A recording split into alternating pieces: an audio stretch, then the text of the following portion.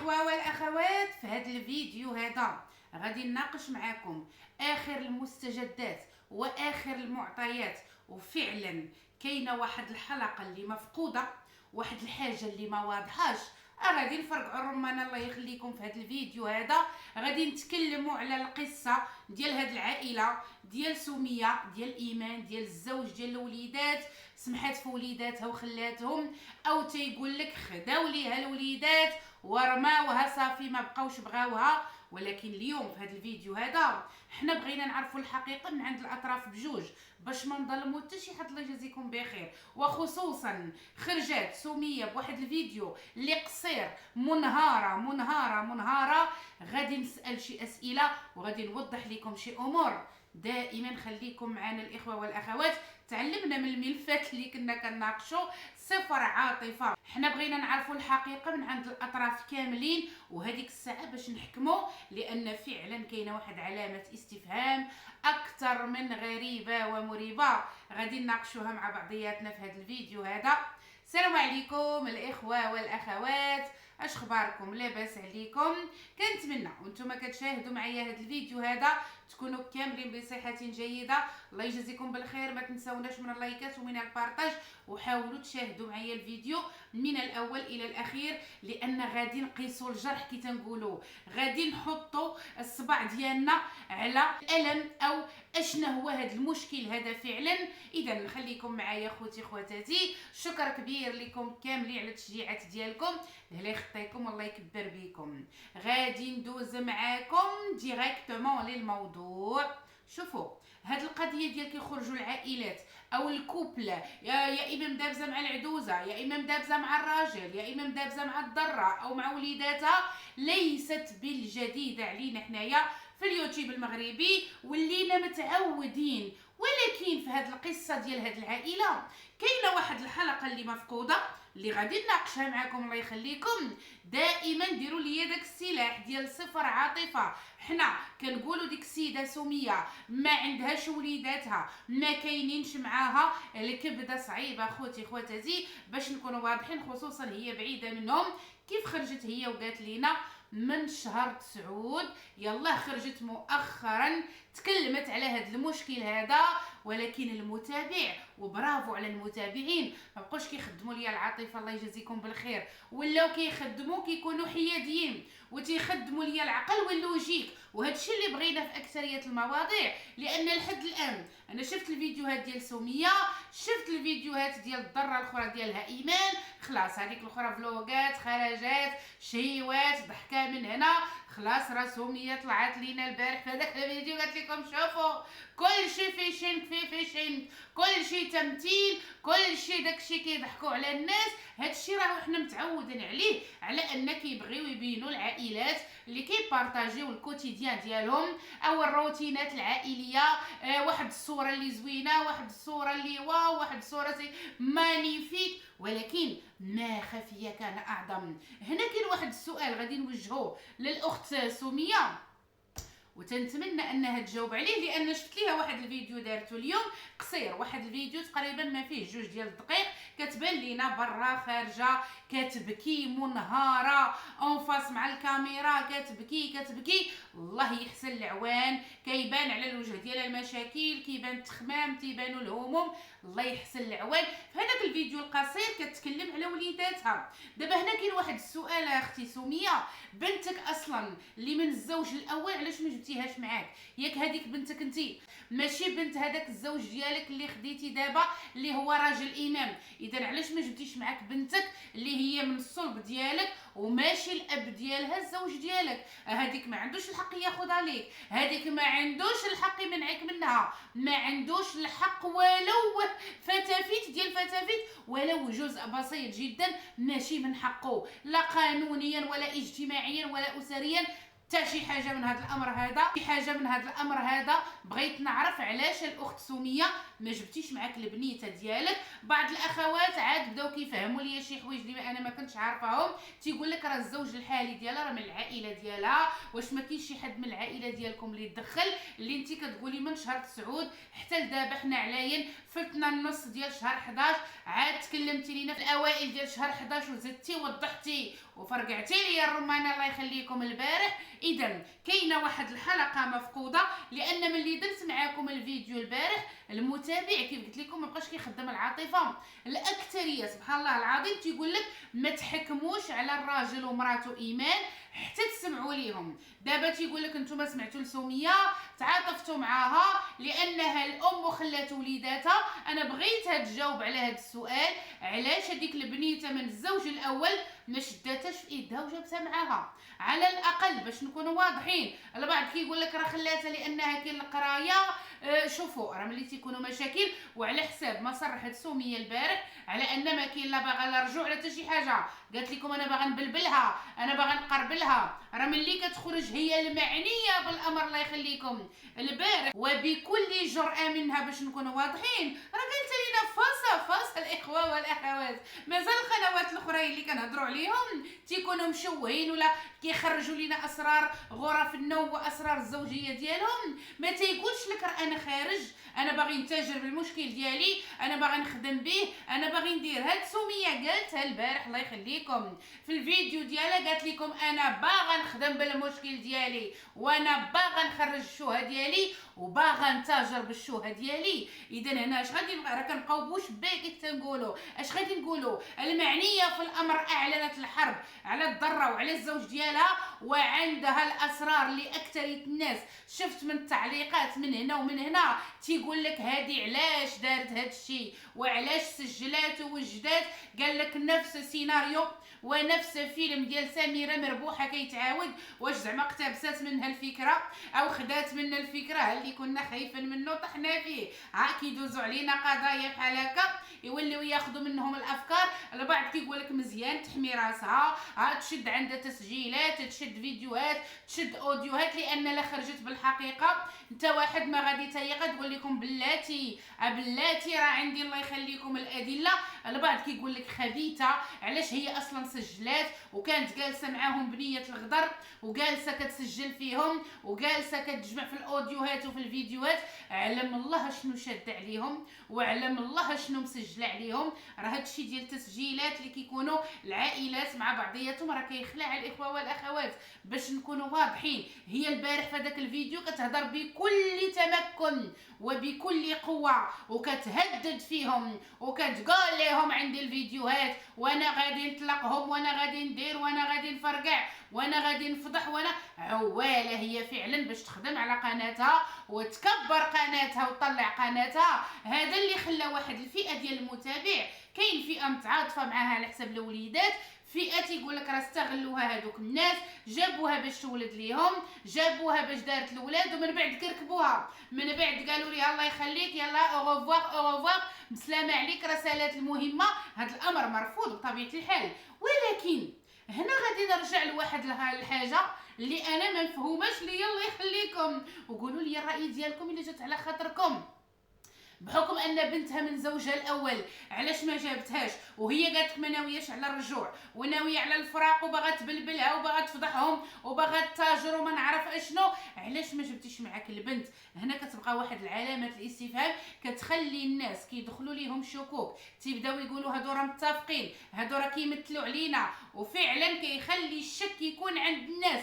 كذلك وليداتك، راه انت من حقك يكونوا عندك الوليدات عباد الله، راه ما من حقش الزوج او الزوجه ديالو الاولى يمنعوك على وليداتك. علاش زعما خليتيهم؟ واش هما حبسوا عليك او بزوا عليك او هددوك او سلخوك وهبطوك وكركبوك مع الدروج وقال لك خرجي ما غادي تاخذي حتى شي حاجه، ما خرجتي حتى شي حاجه؟ كاينه شي حاجه ما واضحاش. فهمتوا اش بغيت نوصل لكم؟ يا اما كاين شي حاجه ما بايناش، يا اما هاد سميه ما باغاش تصرح بكل شيء. البارح اعلنت الحرب على الزوج الاول والزوجه ديالو، كذلك قالت لك حرموني من ولادي، انا غادي نقول لكم، انا غادي نفضح لكم، وروجت لينا ولمحت لينا في الفيديو وتكلمت على ان زعما بحال تعطى ليها شي توكال شي سحر. دائما تنقول الواحد ايفيتي هاد الامور. راه الواحد ملي تيكون مهموم، تيكونوا عنده المشاكل، كيكونوا ضغوطات الحياه، راه حتى هو تاثر لك على الصحه ديالك، كتبان لك على الجسم ديالك، يبان لك ديالك، على الوجه ديالك، على النفسيه ديالك، عادي جدا. ماشي اذا لا مرضنا نفسيا ولا لا تازمنا ولا دخلنا في اكتئاب نمشي لديك الشماعه ديال السحر.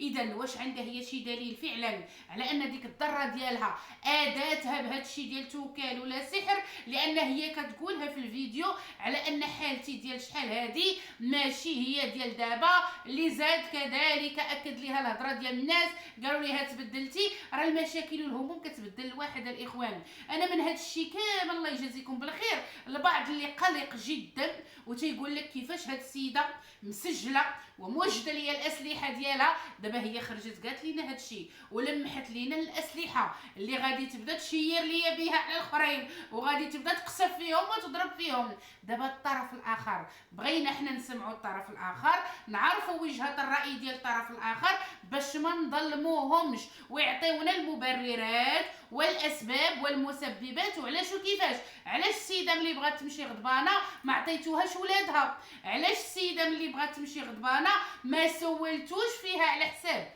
ما قالت هي من هذيك لي بيريود اللي خرجت ديال شهر 9 حتى لدابا حنا علاين فتنا النص ديال شهر 11 حتى قالت لك شافوني درت القناه وبانت ليهم القناه طالعه صيفطوا ليها شي مرسال سافيدير تيهضر لانترميديير كي تنقولوا همزه وصل ما بينها هي وما بينهم هما.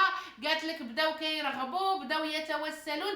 واش هما ملي شافوك درتي قناه قالوا زياده الخير خيرين، غيدخل علينا الادسنس بالكثره، غادي يدخلوا علينا الفلاوس بكثره، مزيانه لينا، زيتنا في دقيقنا كي تيقولوا المصريين، او خايفين على انها تفضحهم ودابا غادي يكونوا تصدموا اكثر وغادي يكونوا تفاجئوا اكثر على انها كاينه تسجيلات، كاين فيديوهات، كاين تسريبات، كاين سجلني، كاين شديتك. ياك ما عندها شي حاجه خطيره جدا وشي حاجه اللي غادي تزلزل لينا هذا اليوتيوب. لان حتى سميه لمحات في الفيديو الله يخليكم قالت راه انا هذاك الشيء اللي عندي غادي يقرب الدنيا. واش غادي يكون زعما اعتداءات على الوليدات؟ سافيدير زعما تيضربوهم تيتعاملوا معاهم خايب وفي الفيديوهات يبينوا لك القوي بادع وكل شيء هو هذاك. لان سميه البارح تكلمت معنا بالرموز ما كانتش واضحه، كتلوح ليا رمز من هنا رمز من هنا واحد لهذا، ولكن ما قالتش ليا اصلا. انا بغيت نعرف اشنو السبب اللي خلاك اصلا بعدا خويتي الدار. شنو السبب؟ الا كانوا غير نقاشات مع الضره نتناقر معاك اليوم تخاصم معاك اليوم تخنزري فيا اليوم، هادشي راه جاري به العمل في كاع الديور. واش زعما هو ده السبب اللي خلاك خويتي الدار او تراكمات وضغوطات ديال واحد الكوميلاسيون كي تنقولوا كيبقى يجمع الواحد صافي ملي كينوض كينفجر دقه وحده كيخرج مره وحده صافي ما كيبقاش يرجع اللور. هي يمكن مرت من هادشي ولكن كتكلم معانا غير بالمرموز، كتقول لك المشاكل ضغوطات خليت ليهم الله لا حول ولا قوه الا بالله خداو لي وليداتي، ولكن ما كتعطينيش تفاصيل. علاش اصلا دابزتي معاهم قبل ما تخرجي من الدار هذيك الوقيته او هذيك النهار ولا يومين قبل؟ اشنو اللي وقع اللي خلاك فعلا النقطه التي افاضت الكاس كيف تنقولوا هزيتي راسك ومشيتي غاده؟ واش ملي كنتي غاده بنتك علاش ما ديتيش هذيك البنيته اللي بنتك انتي والاب ديالها ماشي هو الزوج ديالك الحالي؟ اذا ماشي من حقه تبقى عنده البنيته. راه مادام ما ديتيش البنت ديالك المتابع او البعض منهم باش ما نعمموش باقي عندهم الشك تيقول لك هادو راه كيلعبوا بينا هادو راه متفقين. اذا خلات البنيته تماك وجات هي في بلاصه اخرى عند دارهم خدامه ليا كطلع قناه وخدامه كتبكي وكتشكي. الناس ما بقاوش كيتيقوا. مع الاسف الملفات اللي تكلمنا عليهم قبل ولات كتجينا ديك خيبه الامل، ولينا كنعرفوا ان تمثيل او نكره الجميل او استحمار او استبغاء ما بقيناش كنتيقوا. ولو يكون الواحد صادق وما تيكذبش ولينا تنطالبوا بالبراهين والبراهين واكثر من البراهين. فهمتوش بغيت نوصل لكم؟ لان هذا السبب خاصها توضحوا سميه اشنو السبب اللي خلاها خرجت من الدار وتقنع المتابع ديالها الله يخليكم والناس اللي كيتفرجوا فيها اشنو اللي خلاك ما ديتيش وليداتك. واش هما اللي منعوهم عليك؟ اذا هنا اللي منعوهم عليك بالامكان ديالك تلتجئي الى القضاء. كذلك سؤال انت من شهر 9 وانت كتقولي خارجه، حنا دابا علاين ان شاء الله في شهر 12 دابا قلتي ما سولوش فيك حتى درتي القناه فهمنا هاد القضيه هادي، انتي جيتي درتي قناه خدامه على راسك، كتحاولي تجمعي تلملمي المشاعر ديالك والاحاسيس والهموم والمشاكل. ولكن هنا سؤال، ولادك شنو غديري فيهم؟ ولادك شنو غادي ديري معاهم؟ خصوصا هذيك البنت انا راه ما فهمت صراحه، علامه استفهام الله يخليكم. راه ماشي باها، راه ما كيجي زعما ماشي باها. كيفاش انت خليتيها لعندو ما نعرف. البعض كيقول لك راه خلاتها باش كتقرا، ممكن، ولكن انت خاصك تقنعي المتابع اشنو السبب اللي خلاك ما تجيبيش وليداتك. الا منعوك ولا عندك فيديوهات كيدابزوا معاك على الاولاد او تيمنعوا عليك الاولاد، كوني متاكده انك غادي تغلبيهم، لا يوتيوبيا خلاص بالفراجه والادسنس وشوف فيا وتفرج فيا والبوز، او قانونيا في ارض الواقع. واش غادي ترفعي دعوه او غادي تدفعي الطلاق او غادي تطالبي بوليداتك؟ خاصك توضحي هاد الامور اللي كيف قلت لكم البارح الفيديو اللي دارت تتكلم بالمرموز وكتكلم بالالغاز وما باغاش تقول بزاف ديال الحوايج، غير كتلمح شويه هنا شويه هنا. هي باين باغا دير واحد المسلسل، باين باغا تبقى كل مره تخولينا شويه. عادي جدا، هذه هي الخدمه في اليوتيوب. ملي تيكونوا المشاكل وكيبغيو يتاجروا، والله يخليكم وسطروا لي على هذه، قالت لكم انا باغا نتاجر بمشاكلي، انا باغا نخرج نشوههم، انا باغا نخدم بهم. راه انتهى الكلام اللي كانت معنيه بالامر كتقول هادشي ومتاكده الله يخليكم ومتمكنه، لان شاد عليهم تسجيلات، شاد عليهم فيديوهات، لقطات، حركات من هنا، اوديوهات. علم الله منين هي كتسجل وعلم الله منين هي كتفيلمي فيهم. واش كنتي دايره كاميرا او حاطه التليفون؟ هذاك الشيء راه ولا تيخلع الاخوه والاخوات. غادي نوليو نفقدوا الثقه. تكوني جالسه في دارك ما تعرفي كاميرا مخبيه لك من هنا، ما تعرفي تليفون كيسجل لك من هنا، غادي نوليو نشكوا في جنابنا، نشوفوا في جنابنا. الحل الوحيد الاخوه والاخوات او سكوخ، الحل الوحيد شريو ديتيكتور ديال الكاميرا. شريو واحد لاباغي كديتيكتي الكاميرا او الاجهزه اللي كتصنت عليك اختي، ويبدا يصوني عليك بحال واحد الالارم. لان دابا ولات صفر كونفيونس، صفر ثقه. باش نكونوا واضحين هادشي راه ولا تيخلع. دابا كنناقشوا معاكم اللي خرجوا به هما، ولكن شوفوا دابا هاد التصرفات ما كناش كنسمعوا هادشي شحال هادي، ديال ان الزوجه كتبقى تسجل راجلها، تجلس تصور فيه وتسجل فيه فيديوهات صوت وصوره. يقدر يكون ما لابش بزاف د الحوايج، يقدر يكون في شي بوزيسيون ماشي هي هادي. ملي يكونوا في عز ما هما مدابزين او كيدابزوا ولا كيتناقشوا، ايوا نجري انا ندير الطرق نخدم هذاك التليفون باش نشد هذيك اللقطه حيه والدق ونشد هذيك اللقطه هي هذيك. هذاك الشيء كيبغي واحد الاورغانيزاسيون، كيبغيك فعلا تكون لي جريئه. اذا هاد الاخت سميه واش كان عندها سوء النيه من شحال هادي وكانت متربصه وكتجمع ليهم لا راجلها ولا الضره وكتصور وكتخبي، كتصور وكتخبي وكتجمعهم ليا، او فعلا دارت داكشي باش تحمي راسها ودارت داكشي باش تدافع على راسها؟ تقول لك في يوم من الايام انا الزوجه الثانيه حست بهم جابوها غير ولدت وحست بهم بغاو يكركبوها. يمكن هي وصلها هذا الاحساس ملي كانت معاهم في الدار. اذا قالت غادي ندير الاحتياطات ديالي، تلا تكلمت ولا بغيت ندافع على راسي، الناس ما غاديش يتيقوني، ولكن غادي نحط لهم الادله غادي يثيقوا بيا.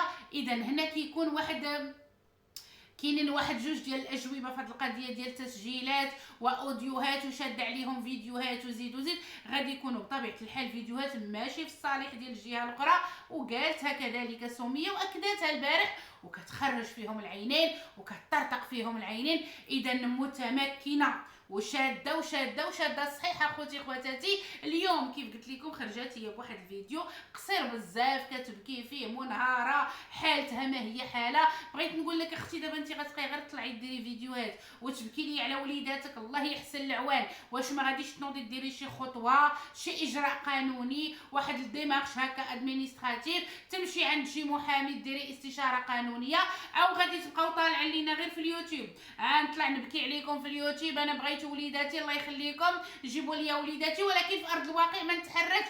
حنا بغيناك تكلمي لانك انت قلتي انا باغا نتاجر بالقضيه ديالي، انا باغا نخدم بها، انا باغا نشوههم. لا شوهوا بعضياتكم ماشي مشكل، ولكن في ارض الواقع واش باغا تاخدي الحق ديالك واش باغا حق وليداتك او غادي يبقى داكشي غير ادسنسيا ويوتوبيا. كنتمنى تفهموا الميساج اللي بغيت نوصل لكم الاخوه والاخوات، لان بغينا نعرفوا. ولا بقات غير ديك عطيني انتيا نعطيك انت، وما بغيناش نحكموا حتى نسمعوا الطرف الاخر ونشوفوا رده الفعل ديالهم، وديك الساعه نحكموا. لان جاوني تعليقات كثيره البارح تيقولوا لي خديجه راه عندكم تعاطفوا مع شي طرف ضد شي طرف، تتسمعوا الاطراف بجوج، وانا متفقه معكم في هذه القضيه هذه. كنتمنى نشوفوا رده الفعل ديال الطرف الاخر اش غادي يكون على هاد الاتهامات وهاد الشيء كامل اللي قالت لينا سميه. كذلك الا ما دارتش شي خطوه باش تجيب بنتها اللي اصلا هذاك ماشي باها، وكذلك باش تجيب وليداتها، هنا غادي تولي علامه استفهام، وهنا غادي يولي يبان لينا فعلا راه اتفاق وفعلا فيلم الهدف ديالو يطلعوا القنوات جديده ويكون ادسنس ويكون باز وكل شيء واكل وكل شيء خدام. الخبر في راسكم الاخوه والاخوات، قولوا لي الراي ديالكم الا جات على خاطركم في هذه النقط كامله اللي ناقشت معاكم في هذا الفيديو هذا. دائما مرحب بالراي والراي الاخر. اي جديد واي مستجدات في هذه القضيه هذه اكيد بطبيعه الحال غادي نوافيكم بها بكل التفاصيل. حتى لهنا نقول لكم شكرا لكم على حسن التتبع، والى اللقاء الى الفيديو الجاي ان شاء الله. السلام عليكم.